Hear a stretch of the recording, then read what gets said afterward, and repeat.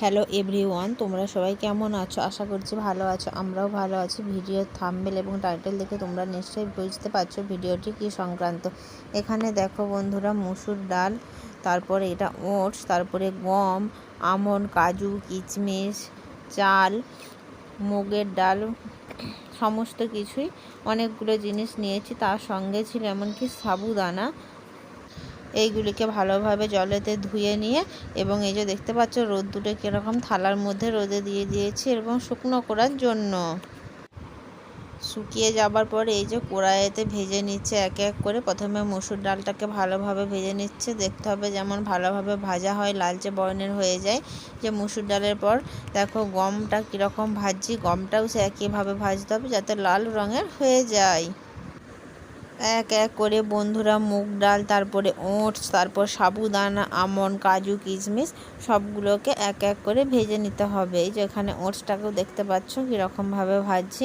ওটসটাও ভাজা হয়ে যাচ্ছে প্রায়। ওটসটাকে দেখতে হবে একটু ভালোভাবে ভাজতে হবে যাতে লাল রঙের হয়। আর বন্ধুরা, তার আগে বলে রাখি, ওটস কিন্তু জলের মধ্যে ধুবে না, ধুয়ে কিন্তু রোদে দেবে না। ধুয়ে রোদে দিলে দেখতে পাবে যখনই জলের মধ্যে ভিজিয়ে দেবে ওটসটা কিন্তু একদম গলে যাবে, কারণ ওটস তো প্যাকেটের মধ্যে থাকে। কারণ ওটা না ধুলেও কোনো প্রবলেম হবে না, ওটা ধুতে হয় না। এই যে দেখতে পাচ্ছ বন্ধুরা, এক এক করে সমস্ত কিছুই ভেজে নিয়েছি। ভেজে নেওয়ার পর ভালোভাবে মিক্সড করছি দেখো, কারণ এটা তো মিক্সিতে পেস্ট করবো, সেই জন্য ভালোভাবে মিক্সড করে নিচ্ছি দেখো। কারণ অনেকটা পরিমাণ আছে তো একবারে মিক্সিতে পেস্ট করা যাবে না, অনেকবার ধরে পেস্ট করতে হবে। সেই জন্য সব কিছু যাতে ভালোভাবে মিক্সড হয়, সব কিছু সমানভাবে যাতে মিক্সড হয়ে যায়, সেই জন্য মিশিয়ে নিচ্ছে এক এক করে আমি।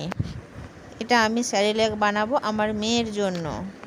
এই যে এইখানে দেখতে পাচ্ছ মিক্সিতে কীরকমভাবে পেস্ট করে নিচ্ছে। এই যে এখান থেকে অল্প করে নিচ্ছে এবং পেস্ট করেছে। আমার মেয়ের এই তো 2 বছর বয়স, সেই জন্য মেয়েকেই খাবারটা খাওয়াই বাড়িতে বানিয়ে, কারণ সে কোনো কিছুই খেতে চায় না।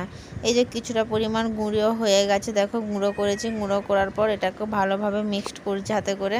আর তার আগে বলে রাখি বন্ধুরা, আমার মেয়েকে যে এটাও খাওয়াবো, আমার মেয়ে এটাও খাবে না। তাকে সেই ঝিনুক বাটিতে খাওয়াতো, এখনও সে ঝিনুক বাটিতে জোর করে চেপে ধরে খাওয়াতে হয়।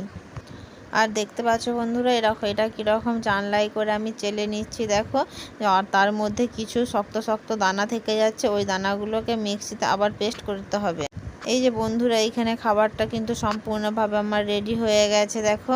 অনেকটা বেশি পরিমাণে করে নিয়েছি একসাথে। আর বন্ধুরা, তোমাদের বাড়িতে এরকম বাচ্চা থাকলে তোমরা কি খাও অবশ্যই কমেন্ট করে আমাকে জানিও। আর বন্ধুরা, কিভাবে এটিকে বানিয়ে খাওয়াবো আমি নেক্সট ভিডিওতে তোমাদেরকে দিয়ে দেবো। টাটা বন্ধুরা, আজকের মতো।